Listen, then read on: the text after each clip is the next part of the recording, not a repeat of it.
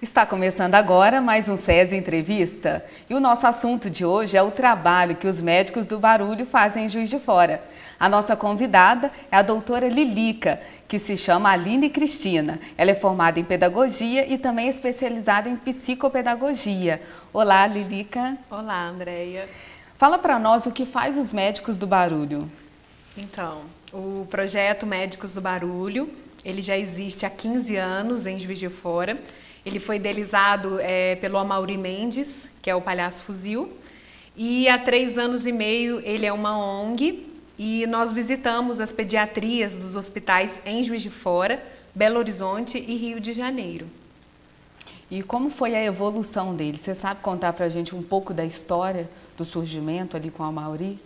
Sim, o Amaury ele já fazia trabalho como palhaço, né? O Palhaço Fuzil. E ele conheceu o idealizador do projeto no Brasil, que é o Wellington, do Doutores da Alegria. Ele teve a oportunidade de conhecer o Wellington e ele trouxe esse projeto. Ele já trabalhava como palhaço, como animação de festa, e ele pensou, por que não animar em hospital? E foi daí que surgiu o projeto Médicos do Barulho há 15 anos atrás. E como é feito esse trabalho nos hospitais? Como vocês abordam? Como que funciona mesmo? Sim, a gente tem uma escala semanal e nós somos ao total uns 15 voluntários, né, entre palhaços, colaboradores, a gente tem pessoas, porque uma ONG tem várias funções dentro de uma ONG, não é só palhaço. Nós temos tesouraria, administração, secretaria, publicidade. Então, para participar do projeto não é necessariamente ser palhaço, né? Tem várias funções. E a doutora Lilica, ela visita na Santa Casa semanalmente, né? Nós temos uma escala e ela é feita em dupla ou trio, preferencialmente, né? Porque aí desenvolve o trabalho de uma maneira mais simples, mais lúdica, né? Uma maneira mais fácil, você estando em dupla, trio. E o projeto visita também o Asconcer e o Hospital Universitário. E também agora nós fomos aprovados na Lei Murilo Mendes, que é a Lei de Incentivo Cultural aqui de Juiz de Fora. Então nós vamos retomar as nossas visitas no HPS e no PAI, o Pronto Atendimento Infantil. Agora fala pra gente como vocês atuam, como vocês abordam, como vocês chegam no hospital, se precisa de um credenciamento. Ah, sim. Os hospitais nos acolhem com muito carinho. A Santa Casa, principalmente, a gente brinca que é a nossa mãe. Foi a nossa matriz, foi onde iniciou o projeto, foi a Santa Casa de Juiz de Fora. E é um convite do hospital e também um trabalho do projeto, né? A gente apresenta a nossa proposta, que é uma proposta de modificar o ambiente hospitalar, né? É até uma questão de humanização também. Eu brinco que a gente finge que é médico para crianças que fingem que acreditam, né? Então, essa interação do hospital com o projeto, existe essa ligação dos dois, né? Tanto da instituição quanto do projeto. E como é que funciona a questão financeira? Você falou que a Lei Murilo Mendes apoia, né? Sim, a gente esse sabe ano que nós é fomos por ano, né? contemplados. A contemplação. Quando não conseguem, como é que funciona? Só doação ou vocês injetam? Explicam isso pra gente. Olha, inclusive nós ficamos 3 anos sem incentivo nenhum aqui em Juiz de Fora. Foi até uma fase muito difícil, porque a gente tem custos, né? Nós temos o figurino, a maquiagem, né? O transporte dos voluntários também, né? Que é muito difícil. Mas nós passamos, aí cada um foi ajudando, né? Cada um vai... O próprio voluntário mesmo, cada um foi tirando recursos para dar continuidade ao trabalho.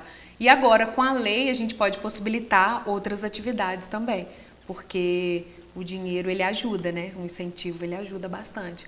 A gente está conseguindo novos brinquedos, novos figurinos, bolsas, sapato, né? Brinquedos para as crianças também.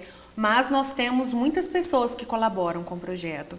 Exemplificando, nós temos as atividades, quadrilha, Dia das Crianças, Natal, Carnaval, que são datas específicas que a gente trabalha dentro do hospital.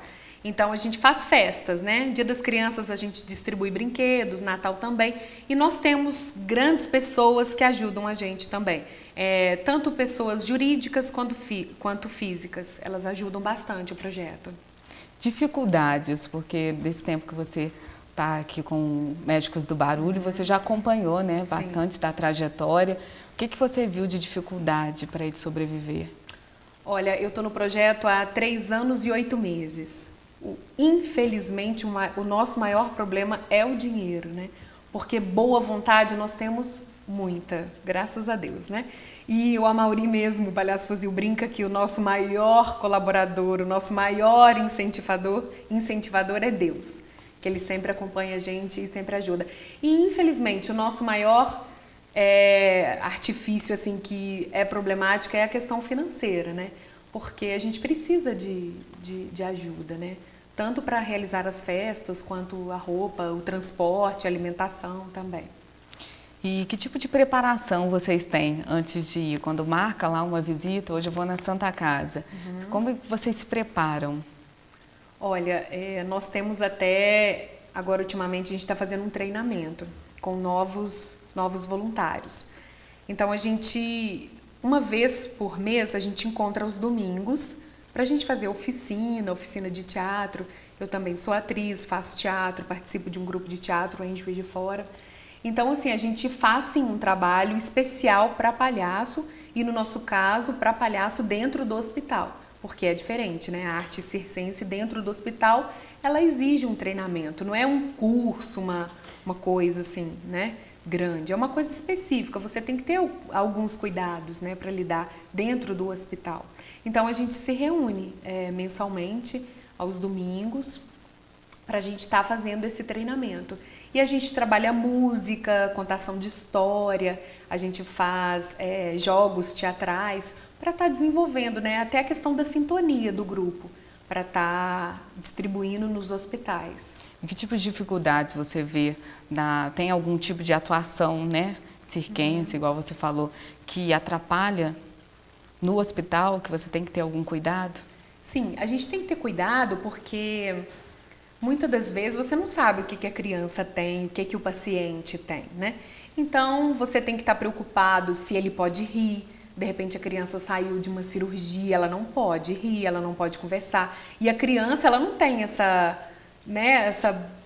eu não posso rir. Então a gente tem que ter esse tipo de cuidado, sim. É a questão também do toque, né? A gente não pode tocar a criança, a gente pode brincar, rir, cantar, contar história, fazer mágica, mas a gente tem que ter um treinamento, sim, para lidar com a criança. E tem algum horário especial para vocês visitarem? Ou é no horário de visita mesmo? Não, a gente visita de noite, é no final da tarde. É às 18 horas que a gente começa e são 2 horas de duração. Então, geralmente é das 18 às 20 horas nos hospitais. A gente visita de tardezinha, no final da noite. Agora, quais os benefícios que a gente falou das dificuldades, agora o que você vê no projeto, os benefícios para a sociedade dele? Ah, sim, existem diversos estudos que comprovam, né, que o bom humor, a atividade, a cultura, ela faz bem para o tratamento da criança hospitalizada, principalmente da criança, que é o nosso maior foco. E também os acompanhantes, né, a todos do hospital. A gente brinca porque a gente modifica o ambiente, né?